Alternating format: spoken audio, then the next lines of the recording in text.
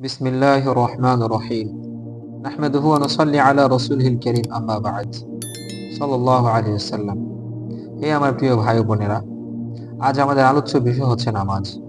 নামাজ এটি শুধু ৫ ওয়াক্ত ফরজ ইবাদত নয়, বরং একজন মুসলমানের জীবনের মূল ভিত্তি।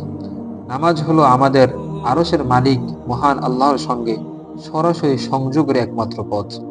নবীজি সাল্লাল্লাহু আলাইহি ওয়াসাল্লাম বলেছেন, আস-সালাতু ইমাদুদ্দিন, মান আকামাহা ফাকাদ আকামাদ-দ্বীন ওয়া মান তারাকাহা ফাকাদ হাদামাদ-দ্বীন। নামাজ দ্বীনের স্তম্ভ। যে একে কায়েম করলো সে দ্বীন কায়েম করলো, আর যে তা পরিত্যাগ করলো সে দ্বীনকে ধ্বংস করলো। আমরা দুনিয়ার ব্যস্ততায় অনেক কিছু ভুলে যাই, কিন্তু নামাজ এটা এমন এক ডাক যা আমাদেরকে বারবার আল্লাহর কাছে ফিরিয়ে আনে।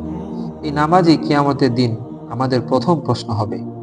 যদি নামাজ ঠিক থাকে, বাকি আমল সহজ হবে, আর যদি তা নষ্ট হয় তাহলে আমাদের বাকি আমলগুলো নষ্ট হয়ে যাবে। একটু চিন্তা করুন, আমরা কত সময় সোশ্যাল মিডিয়ায় দেই, কত সময় খেলা দেখি, গল্প করি, কিন্তু আল্লাহ ডাকে ৫ বার সাড়া দিচ্ছি তো?